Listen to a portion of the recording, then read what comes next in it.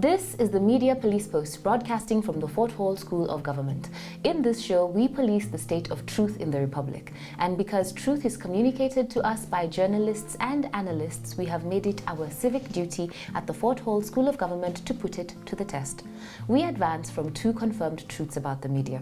One, and according to Roger Stone, the media is either lazy or evil. And for the most part, they are both evil and lazy.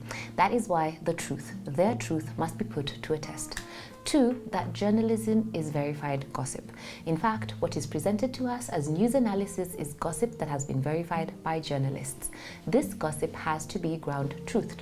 We will assess the state of truth in what they submit to the Republic, and we will pass verdict on what is true and what is not.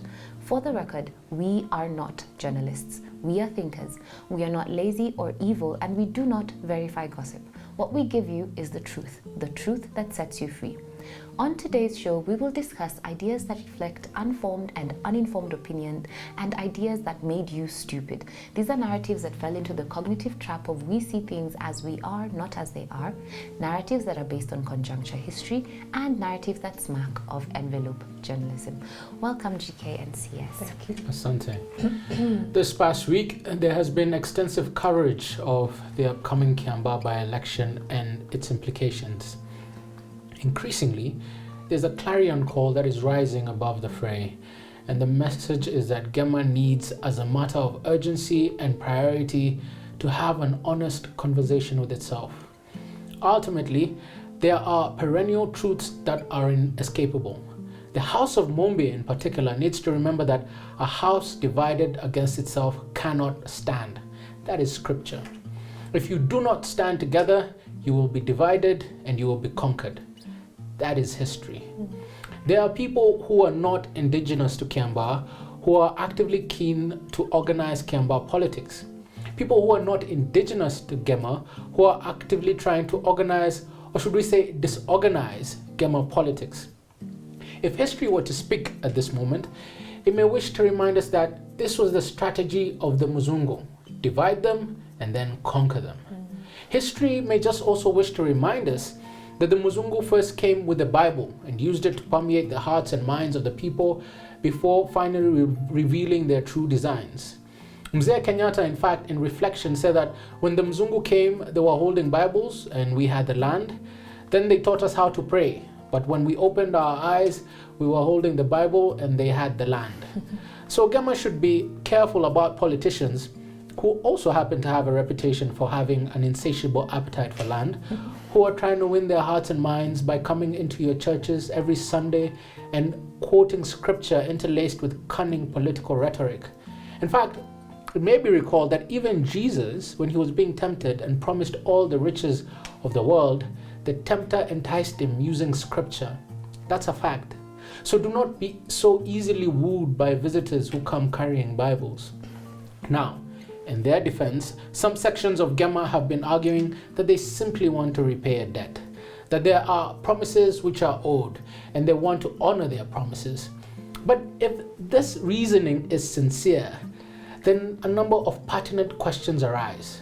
When repaying a debt, does one begin with the most recent one, or does one begin with the debts that were already outstanding before they took the most recent one? History may also wish to remind the people of GEMA, lest they forget, that in July 1958, while Mzee Jomo Kenyatta was still in detention, a man by the name of Jaramogi Oginga Odinga put pause to his own ambition and declared, not for my sake, but for the sake of country, Mzee Kenyatta tosha. He galvanized the leaders at the time to adopt the position that they would not form government without Kenyatta. And even then, the irony was that opposition to this position came from some GEMA leaders. But with Jaramogi's Kenyatta Tosha declaration, Mzee's path from detention to State House was charted. Dear GEMA, have you repaid that debt, or are you going to let it keep gaining interest for another half a century? While you ponder that, it also appears that there's another outstanding debt in the loan book. The son to this man called Jaramogi, named Raila, he too, like his father, put pause to his own ambition and extended a line of credit to GEMA, even though this other debt had not been repaid. In 2002, Raila stood in front of a sea of Kenyans at Uhuru Park and he roared Kibaki tosha. So, Gema, kama ni kweli mnataka kulipa deni, will you start with the one of 2013 before you repay the debt of 1958 and the debt of 2002? Yes, very true. So we go back.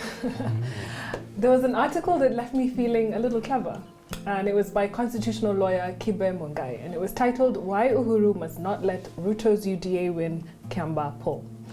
And I want to be bold and predict Uhuru will not lose KIAMBAA intentionally. Mr. KIAMBAA Mungai asks us why the outcome of KIAMBAA constituency should matter.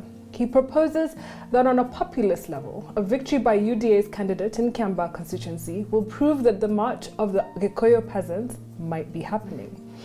But what I like is that Mr. KIAMBAA clarifies a historical fact, that there has always been a class divide between the haves and the have-nots in central Kenya, and that it is not easy to imagine a wider class divide in agrarian society than in KIAMBAA constituency, where apparently, we're told, 200,000 families live on 20% of the land, while another 200 own 80%.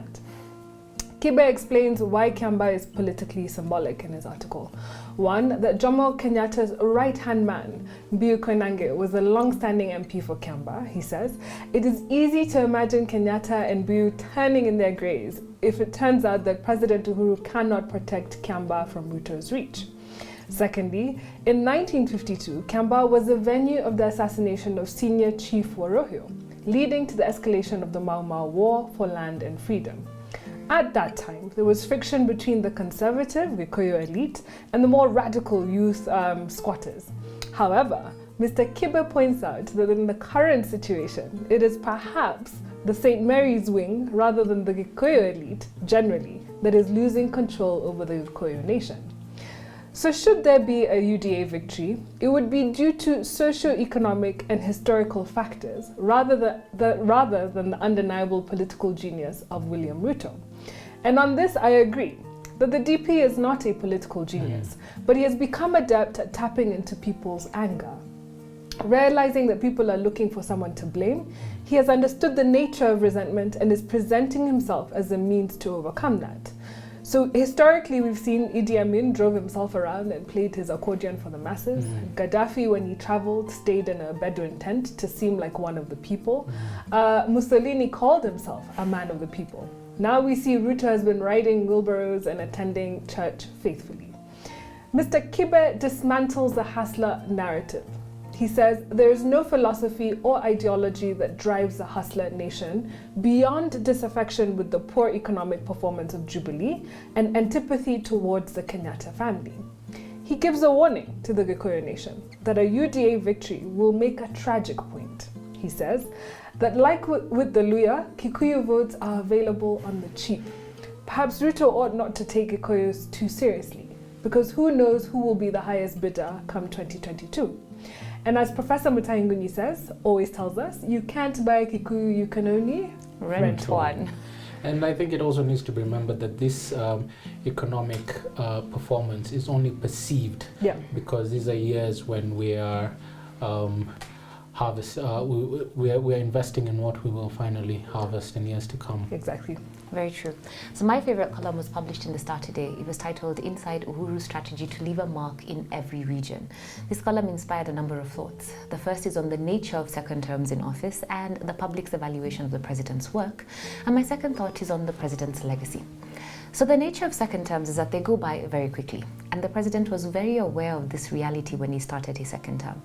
This is why he has been purpose-driven in the decisions and actions he has taken to implement his legacy projects and consolidate government. The president has used his political will to absorb the opposition, stabilize the country, and push for the accelerated implementation of his administration's projects. On the president's legacy, during his Madaraka Day speech, the president took the country through the 4 frames of his legacy: economic acceleration, big push investments, restoration of dignity, and political stabilization. Economic acceleration is about increasing the speed of achieving our national goals. The big push investments are about laying the ground for our economic takeoff through brick and mortar investments. Restoration of dignity is about freeing our people from fear and from want, and our constitution makes the restoration of dignity a continuous process rather than a one-off activity. And political stabilization is the lifeblood of our republic. It is what we have built for the past 58 years. In the bureaucracy that is government, sometimes activity often gets confused for action, but the two are different. Activities are the day-to-day tasks, but action is the sum total of the activities that translates into meaningful outcomes and impact. Now, the Uhuru administration has been action-based because remember, Uhuru is a man in a hurry. And if you want proof, ask anyone who lives on Mombasa Road or Waiaki. The president still has much to accomplish in an exceedingly short time frame. But because we have become hardwired on toxic negativity, the president's legacy is at risk of being overshadowed by the 2022 succession debate. At the end of last week, the president visited Lower Eastern, where he inspected the construction of Thwake Dam and Konza City. And the author of the piece in The Star noted that the president is implementing with speed a strategy to have at least one mega infrastructure project in every region before he leaves office. Yet today's papers are focused on political party funding, unearthing secrets in the handshake, and Musalia Mudavadi. For this reason, I think that the president should give the masses and the media the contempt card. And for the people of KIAMBAA, you don't even need to go as far as Uhuru Highway or Waiaki Way. Just go to Limuru Road and the Wangige interchange. Very, very true. Thank you for joining us on the Media Police Post. See you next Monday, and columnists, we've put you on notice.